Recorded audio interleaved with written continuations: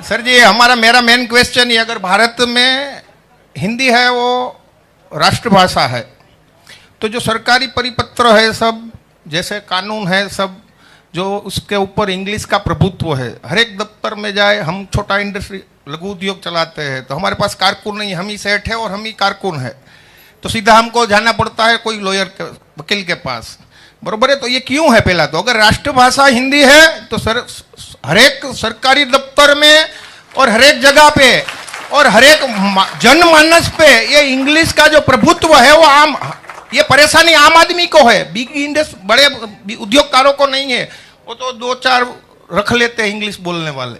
हमको तकलीफ है ये कि हमको सीधा काम बंद करके, हमारा जो कारखाना का काम बंद करके सीधा वकील के पास जाना पड़ता है। तो आम आदमी की जो आपकी पार्टी का नाम भी आम आदमी पार्टी ही है, तो मैं ही आम आदमी हूं। तो मेरा जो क्वेश्चन है, जो प्रश्न है कि आप उसको हिंदी का प्रभुत्व जो है वो कैसे बढ़ाओगे सिस्टम में, जो पूरी सरकारी कल्चर चल रहा है, जहाँ मैं कोई भी ऑफिस में जाऊं और सामान्य आदमी भी इंग्लिश में मेरे से बात करता है। શોર્ટ માં રાખજો એટલે બીજાનો વારો આવી જાય। એટલે મારો ક્વેશ્ચન, રાષ્ટ્રભાષા જો હોય ખાલી હિન્દી દિવસ મનાવવા પૂરતી જ હોય તો મારો ક્વેશ્ચન કાંઈ છે નહીં, અને જો હિન્દી આપણી રાષ્ટ્રભાષા હોય તો આને તમે કેમ પ્રસ્થાપિત કરશો, અને આ તમારા પાસેથી હું જવાબની અપેક્ષા રાખીશ સાહેબ। थैंक यू मुन्ना भाई। मेरा नाम डॉक्टर पूजा एस शर्मा। सर, आपका जामनगर की पावन धरती पर खूब खूब स्वागत करती हूँ।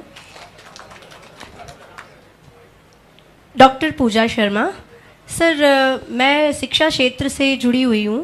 मैंने डॉक्टरेट भी एजुकेशन से किया हुआ है और शिक्षा क्षेत्र में अभी मैं स्कूल में आचार्य के पद पर कार्यरत हूँ। सर, हमने दिल्ली में जो आपने एजुकेशन मॉडल जो सिस्टम डाला है, 3 टायर एजुकेशन मॉडल सिस्टम, तो सर मैं उससे बहुत ही प्रभावित हूँ।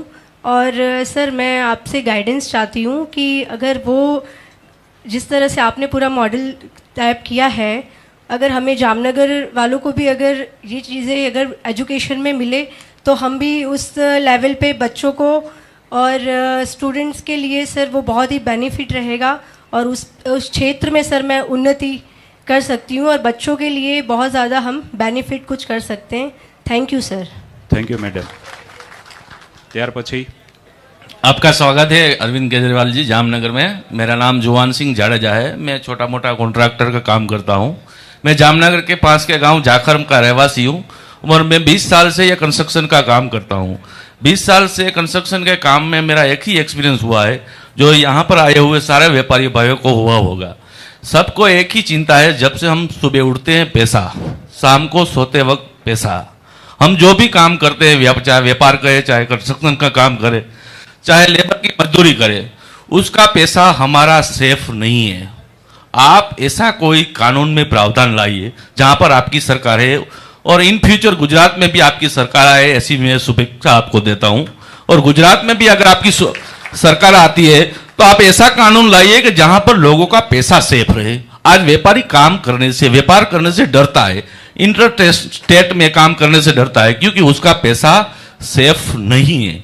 आप कानून में ऐसी कोई व्यवस्था लाए, ऐसी सिस्टम बनाए, जैसे बैंक से लोन लेने के बाद बैंक का पैसा नहीं भरने से दूसरी लोन नहीं मिलती है, वैसे व्यापारी ने क्रेडिट पे जो सामान बेचा है, उस सामान का जब तक पैसा उसे न मिले, उसी कस्टमर को दूसरा व्यापारी क्रेडिट पे कोई सामान न दे और सरकार की कोई सुविधा उसको नहीं मिले, जिसके कारण देश में से पूरा भ्रष्टाचार खत्म हो जाएगा। पूरे कोर्ट, पुलिस स्टेशन के सारे केस निपटारे हो जाएंगे। सारी सिस्टम का जड़ ही पैसा है। जब तक जड़ में दवाई नहीं डाली जाएंगी, डालियों को साफ करने से देश आगे नहीं बढ़ेगा। आपको जड़ को साफ करना पड़ेगा, और जड़ है पैसा, और पैसा जो है वही सारी जड़ों का जड़ है। तो मेरी आपसे ये रिक्वेस्ट है कि आप उस पैसे को पकड़िए जिसकी वजह से हम लोग यहां पर आए। Thank you. एक भाई ने बड़ा अच्छा हिंदी के बारे में और अंग्रेजी के बारे में बात की। उन्होंने, मुन्ना भाई थे शायद, उन्होंने कहा कि अंग्रेजी का पूरा सिस्टम क्यों चालू है। मुझे लगता है आजादी के वक्त हमसे कुछ, जब हम देश आजाद हुआ कुछ गलतियां हुई मुझे लगता है। हमने पूरा का पूरा अंग्रेजों का सिस्टम लागू रखा। हमें सिस्टम बदलना चाहिए था। अंग्रेजों ने सिस्टम हमारे ऊपर हुकूमत करने के लिए बनाया था, हमने उस सिस्टम को नहीं बदला, भाषा तक को नहीं बदला, एजुकेशन सिस्टम को नहीं बदला। एजुकेशन सिस्टम 1930 में मैकॉले बना के गया था, उस मैकॉले के सिस्टम को भी लागू रखा। आज तक वही एजुकेशन सिस्टम चल रहा है। अभी भी हम क्लर्क, बीए, बीएससी, बीकॉम करने के बाद हमारे बच्चे नौकरी ढूंढ रहे हैं। अब दिल्ली के अंदर हम अपना पूरा एजुकेशन सिस्टम बदल रहे हैं। हमने सारा सिस्टम लागू रखा। आज हमें हिंदी में बोलते हुए कई लोगों को शर्म आती है। अंग्रेजी में बोलते हैं तो उनको लगता है कि मैं बड़ा चौड़ा हो गया, मैं बड़ा। इसीलिए मैंने तो यह ठाना है, मैं कहीं भी जाता हूं, किसी भी अंग्रेजी के, अभी किसी एम्बेसी ने बुलाया था मेरे को, उनमें किसी को सामने जितने बैठे थे हिंदी नहीं आती थी। मैंने कहा भाई देखो, मैं तो हिंदी में बोलूंगा, मेरे को अंग्रेजी आती है बोलनी, लेकिन मैंने कहा मैं तो हिंदी में बोलूंगा, मेरे को गर्व है, मैं हिंदी भाषी हूं, मेरे को हिंदी भाषी होने में गर्व है। मैंने कहा मैं तो हिंदी में बोलूंगा, ट्रांसलेटर अपने लिए रख लो। तो उन्होंने एक ट्रांसलेटर बगल में बिठाया, उसने सारा ट्रांसलेट किया। हिंदी अपनी मातृभाषा पे तो गर्व होना चाहिए।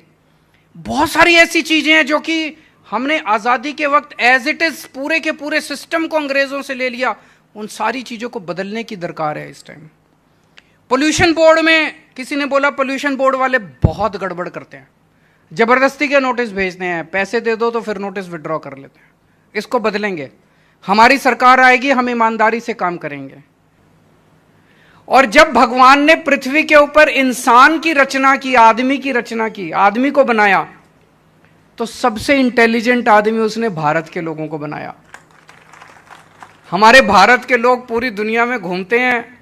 आप जितनी मल्टीनेशनल कंपनीज हैं, बड़ी बड़ी कंपनीज हैं, उठा के देख लो, सबके टॉप के ऊपर आपको इंडियन बैठा हुआ मिलेगा। फिर हमारा देश पीछे क्यों रह गया? गुजरात के लोग उद्यमी हैं, इंडस्ट्रियलिस्ट हैं, व्यापारी हैं, मेहनती हैं, व्यापार करना जानते हैं, इंडस्ट्री चलाना जानते हैं। पूरी दुनिया में जब जाते हैं तो देश का नाम रोशन करते हैं गुजरात के लोग। लेकिन जब अपने देश में आते हैं, गुजरात में आते हैं, तो उनको कहा जाता है खबरदार केजरीवाल की मीटिंग में गए तो। इसलिए हमारा देश पीछे रह गया। हम आपस में लड़ते रह गए, हम गंदी राजनीति का हिस्सा बन के रह गए। अगर इन्हीं लोगों के भरोसे देश छोड़ दिया तो दोस्तों 75 साल और पीछे रह जाएंगे। अब जरूरत है, देश के लोगों को खड़ा होना पड़ेगा, 130 करोड़ लोगों को खड़ा होना पड़ेगा। इस देश को लोग आगे लेके जाएंगे, नेता और पार्टियां आगे लेके नहीं जाएंगी। हमारे पास बेस्ट इंजीनियर हैं, बेस्ट डॉक्टर हैं, बेस्ट बिजनेसमैन हैं, बेस्ट किसान हैं, बेस्ट प्रोफेशनल्स हैं, बेस्ट वकील हैं, बेस्ट डॉक्टर हैं। फिर भी हम पीछे क्यों हैं? इसलिए कि हमारे देश की राजनीति बहुत खराब है। इस राजनीति को ठीक करना पड़ेगा। दिल्ली के अंदर हम लोगों ने 5 साल के अंदर, पहले मैं भी एक आम आदमी हूं, मैं कभी जिंदगी में नहीं सोचता था मैं राजनीति में आऊंगा। किस्मत ने ऐसा पलटा खाया कि लोगों का प्यार मिला, किस्मत पलटी और दिल्ली का मुख्यमंत्री बन गया।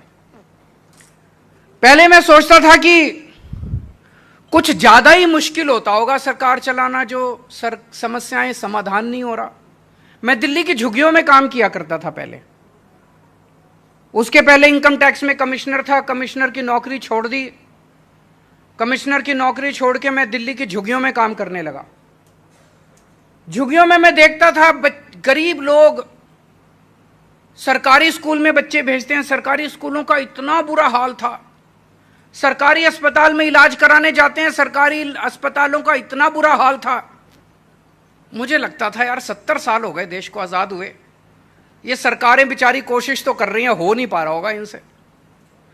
जब दिल्ली में हमारी सरकार बनी, हमने 5 साल में सरकारी स्कूल ठीक कर दिया। अभी पूजा जी बोल रही थी, दिल्ली के सरकारी स्कूल 5 साल में इतने शानदार कर दिए। दिल्ली के सरकारी अस्पताल 5 साल में इतने शानदार कर दिए। सरकारी अस्पताल, आजकल दिल्ली में लोग फोर्टिस में और मैक्स में नहीं जाते, सरकारी अस्पताल में जाते हैं अपना इलाज कराने के लिए।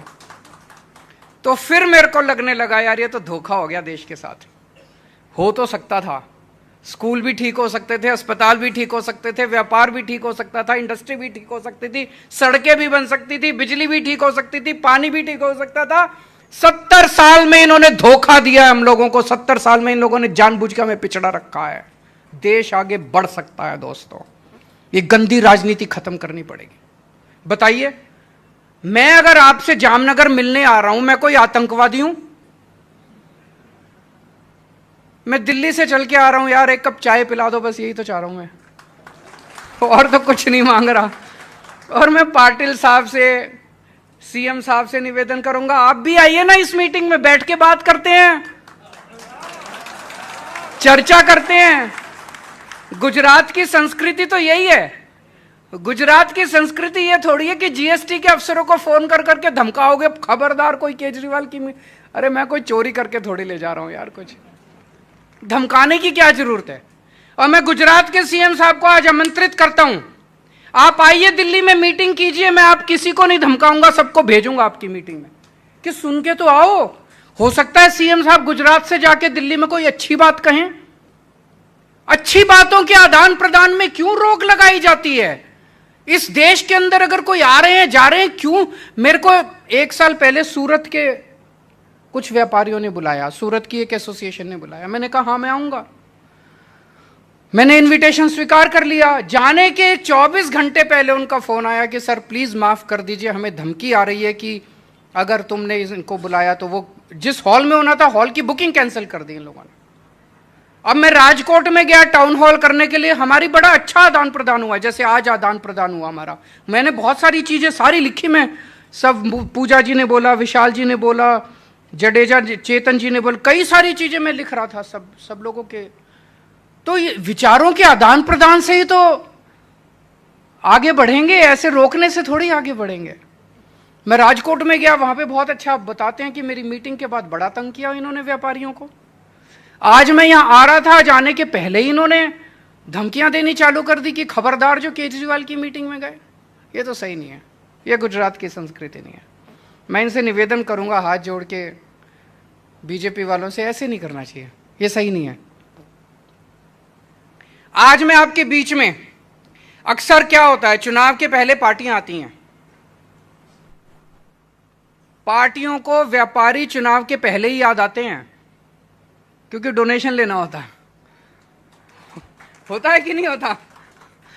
पार्टियों को चुनाव के पहले उद्योगपति याद आते हैं, व्यापारी याद आते हैं, उसके पहले कोई नहीं पूछता, उसके लिए डंडा मारते हैं 5 साल, फिर याद आते हैं। मैं आपसे डोनेशन लेने नहीं आया, मुझे डोनेशन नहीं चाहिए। मैं आज आपको सबको, गुजरात के व्यापारियों को, गुजरात के उद्योगपतियों को, गुजरात के विकास में पार्टनर बनाने के लिए आया हूं। आम आदमी पार्टी की सरकार बनेगी तो आपको पार्टनर की तरह ट्रीट किया जाएगा। हुक्म आप देंगे, सरकार उस हुक्म को लागू करेगी। एक अंग्रेजी में कहावत है, the wearer knows where the shoe pinches. आपको पता है कि समस्या क्या है। सरकार में बैठे हुए लोगों को, बाबू को या मंत्री को थोड़ी पता है कि समस्या क्या है। और इतने किस्म किस्म के व्यापार, किस्म किस्म के उद्योग हैं, सरकार को सब कुछ थोड़ी पता होता है। आप निर्णय लेंगे, हम उसको लागू करेंगे। एक चीज है, दिल्ली के अंदर जब हमारी सरकार बनी थी नई 2013 में, 2014 में,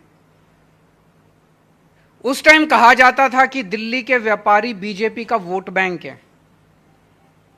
आज 7 साल हो गए दिल्ली में सरकार चलाते चलाते। हमने किसी भी बीजेपी के व्यापारी को जानबूझ के रेड तो मारना बंद ही कर दिया, रेड राज बंद कर दिया। जीएसटी की कोई रेड नहीं होती है दिल्ली के अंदर, अब किसी किस्म की कोई रेड नहीं होती है। लेकिन किसी भी बीजेपी के व्यापारी को हमने परेशान नहीं किया। आप फोन करके पूछ लीजिए, हमने व्यापारियों का दिल जीता है। अपने आचरण से, अपनी नीतियों से हमने व्यापारियों का दिल जीता है।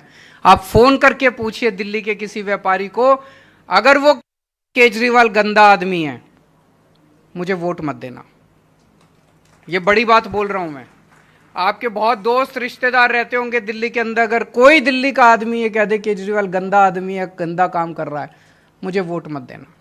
पिछली बार 2020 के चुनाव में मैंने दिल्ली की जनता को बोला था कि अगर आपको लगता है 5 साल में मैंने काम नहीं किया तो मुझे वोट मत देना। मुझे नहीं लगता 5 साल काम करने के बाद किसी भी नेता की इतनी हिम्मत होती है कि अपनी जनता के बीच में जाके ये कह सके कि अगर मैंने काम नहीं किया तो मुझे वोट मत देना।